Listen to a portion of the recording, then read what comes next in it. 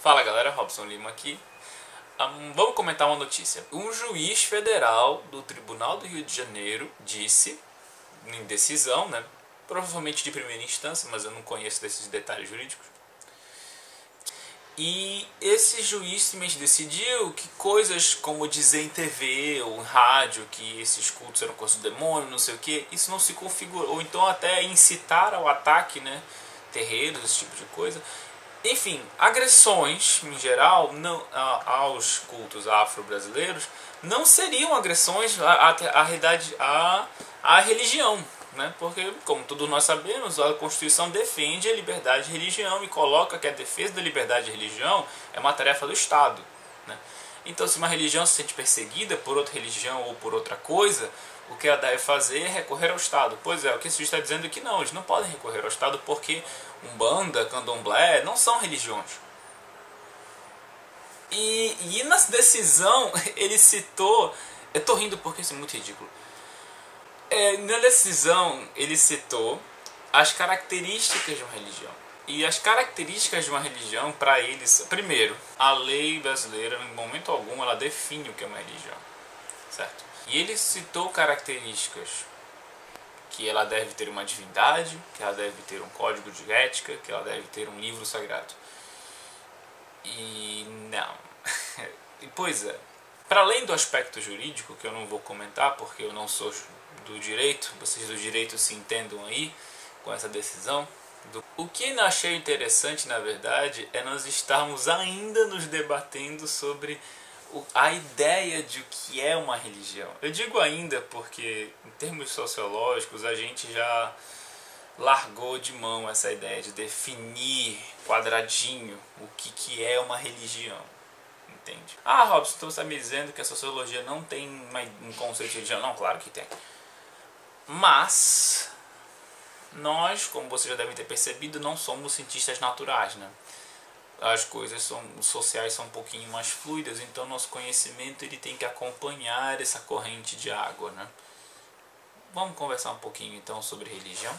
Desde os clássicos, a sociologia já se debruçava sobre as questões da religião, especialmente dentro daquele contexto histórico, né? Século XIX, racionalismo científico, aquela coisa toda de a religião uma superstição e tal, né? Aquela coisa bem cientificista. Então, os cientistas sociais da época, já naquela época, nas fundações, e quando eu quero dizer já naquela época, falando do Durkheim, eles já se preocupavam com isso. Então, o Durkheim, em particular, ele até chegou a conceituar a religião, ele chegou até a fazer uma defesa disso. Durkheim não é o primeiro pensador a olhar para a sociedade e tentar racionalizá-la cientificamente, tá? Ele não é. Mas ele é o primeiro que assumiu o título de sociólogo, que definiu o que nós estudamos, que emprestou um método, enfim. Ele foi basicamente o cara que fundou a ciência como a gente conhece ela hoje. E claro que ele não ia se ausentar de um debate importante desse. Ele conceitou religião em termos das suas funções, como um bom funcionalista que ele era. Ele sempre entendia a sociedade em termos de funções, do que ela faz, do que ela não faz, entende? Do que ela serve. E ele vai se enfocar muito mais na função da religião numa sociedade, que já falei mais disso naquele vídeo, no segundo vídeo do Durkheim, passei por cima na verdade, mas o Formas Elementares de Vida Religiosa, ele é basicamente, o livro inteiro, ele é basicamente o Durkheim dizendo, olha, a religião ela serve para isso, ela não é uma superstição tola, não é uma coisa que a gente pode se livrar dela porque somos evoluídos e inteligentes, não, a religião ela tem um papel na sociedade e o papel é esse. E ele vai demonstrando o livro inteiro isso. Ah, Robson, mas Durkheim era ateu.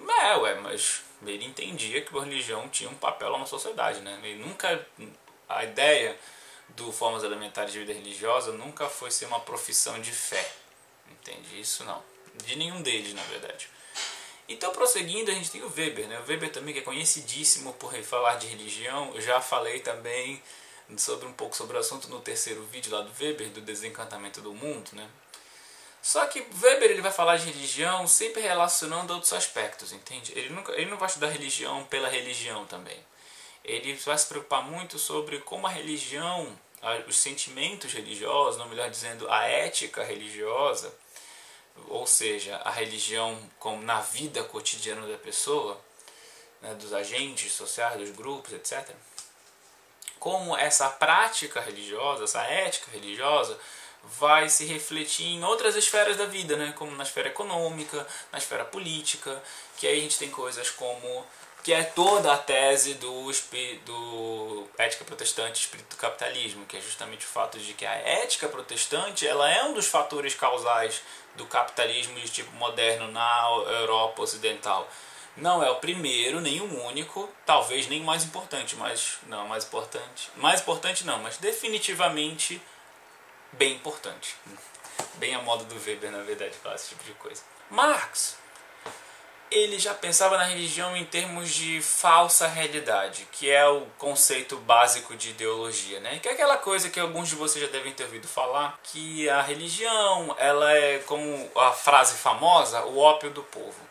Marx nunca se bateu muito em religião porque honestamente não era muito o foco dele, sabe? Ele estava muito mais preocupado com as relações de produção. A religião para ele era parte do que outros vão chamar de superestrutura, Luiz Althusser e tal. Que é o quê? Que são as relações sociais que não são diretamente ligadas com a produção, mas que influenciam nela, né? O Estado, a polícia, a escola, a religião. Então, a religião, para o Marx, ao criar uma falsa realidade, ou seja, uma falsa percepção da realidade, a percepção que ele estava falando era justamente o fato de que o proletário ele vendia essa força de trabalho, ele não era livre, etc.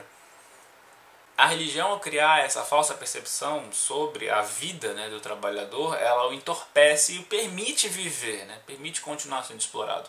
Nesse sentido, ela é um ópio. Ela é uma droga que inebria os sentidos e faz você sonhar com coisas. Robson, essa análise se sustenta hoje em dia? Olha, hoje em dia sociólogos eles preferem uma abordagem bem menos simplista. E eu falo isso dos três, na verdade. Porque tudo é uma questão de foco, entende? Marx não tinha um foco nisso, em religião.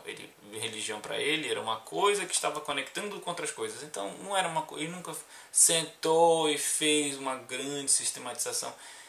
E na verdade ele largou essas preocupações relativamente cedo na vida dele. Onde você vai ler os livros são sempre o jovem Marx. Para quem não sabe, o jovem Marx é como a gente chama as primeiras produções do Marx quando ele ainda era novinho. É ideologia alemã, manuscritos de 1844, 18 Brumário, etc. Então, com esse rápido apanhado dos clássicos, a gente pode começar a pensar a religião em termos sociológicos, né?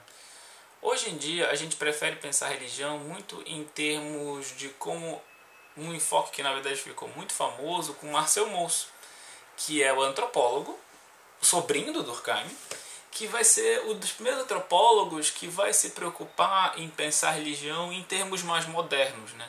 Não em termos de religião certa, religião errada, e diferenciar magia é coisa dos primitivos e religião é coisa dos civilizados, que é o que se fazia muito na Europa do século XIX, contemporânea do Durkheim, inclusive, que são os trabalhos de Fraser, Spencer e coisas que você provavelmente vai ver em sociologia de religião.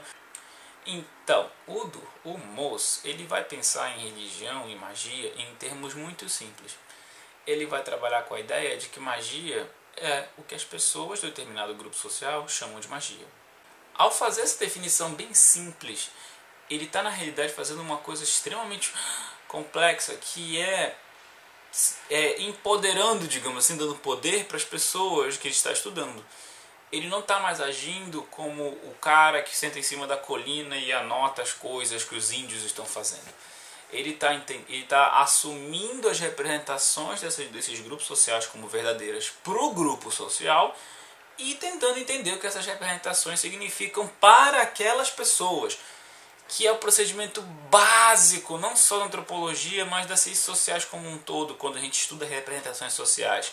E a religião não deixa de ser uma representação social, bem naquele sentido durkheimiano mesmo. Como em todas as sub-áreas da sociologia, a gente tem umas 4 grandes correntes, né, do que se entende por religião. A corrente funcionalista, que é o pessoal que bebe da fonte do Durkheim, a corrente hermenêutica, que é o pessoal que bebe da fonte do Weber, a corrente do conflito ou dialética, que é o pessoal do Marx, e os outros. Que aí já depende muito de qual religião específica e tal. Porque na realidade, gente, cada religião que vocês puderem pensar, cristianismo, tanto as grandes, né, quanto cristianismo, budismo, hinduísmo, islamismo, quanto outras menores, quanto geralmente todas elas têm seus autores fundamentais e tal. Então qual é a grande ideia do vídeo, Robson? A grande ideia do vídeo, na verdade, é mostrar que o juiz está errado, e não está só juridicamente errado, mas também sociologicamente errado, antropologicamente errado. Não existe uma definição do que é religião, uma definição para todas as religiões, porque essa tarefa é impossível. Já dizia o próprio Weber que a realidade é infinita e que há tantos copos quanto eu posso olhar um copo, entende? Olha, basicamente imaginem que este copo é a realidade. Então, de cada ponto eu estou olhando uma parte do copo, certo? Vocês estão olhando um lado do copo, eu estou olhando o outro lado do copo, entende? Como se eu estivesse traçando um eixo X aqui. Então, se eu traçasse um eixo Y e um eixo Z, a gente ia ter uma representação em 3 dimensões do copo, certo? Problema, para cada um desses pontos minúsculos que compõem o copo é um ponto de vista, certo? Através da interpretação, da compreensão do que as pessoas acham deste copo, eu posso entender o copo, eu posso ver de onde ele veio e para onde ele vai, em termos científicos. Mas eu nunca posso dizer que eu conheço todos os aspectos do copo. Eu nunca posso dizer, parei de estudar a sociedade, eu já entendi como ela funciona. Você não pode fazer isso. O máximo que você faz é alcançar entendimentos que são construídos ao longo do tempo, né? Que são construídos ao longo do consenso entre os pares científicos. Por exemplo, o fato de que é um consenso nas ciências sociais que a gente não tem uma definição única de religião que vale para todas, porque isso é impossível. Porque é uma variedade enorme de credos.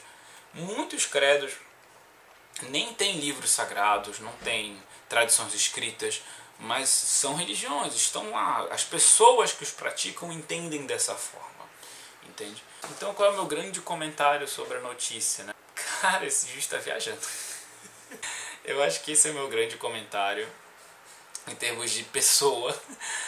E em termos de social, eu basicamente diria a mesma coisa, só que com outros termos. Ele está muito equivocado no seu entendimento de religião, demonstra uma estreiteza de raciocínio imensa e um desconhecimento dos avanços que as ciências sociais têm feito na compreensão do fenômeno religioso na sociedade contemporânea. Pronto, aí vocês podem cortar só essa parte e mostrar para ele. Na verdade, esse é eu estou testando esse formato, né, de comentários de perguntas. Se vocês gostarem, links below. Eu ainda vou fazer uma aula mais ponderada dessa questão de religião. Na verdade, é uma coisa que eu estou tentando fazer há algum tempo. Eu sei que tem uma galera de teologia aí, hello, e uma galera que se interessa por religião de modo geral. Então, enfim, vamos lá trabalhar junto com isso. Também peço um alô pro pessoal da sociologia para me darem uns toques aí, né? Qualquer coisa que eu tenha falado errado, etc. Ou que eu complemento, até porque cultos afro não é muito a minha área. Então é isso aí. Mais bom dia, boa tarde, boa noite. E eu espero ver vocês no próximo vlog. Falou!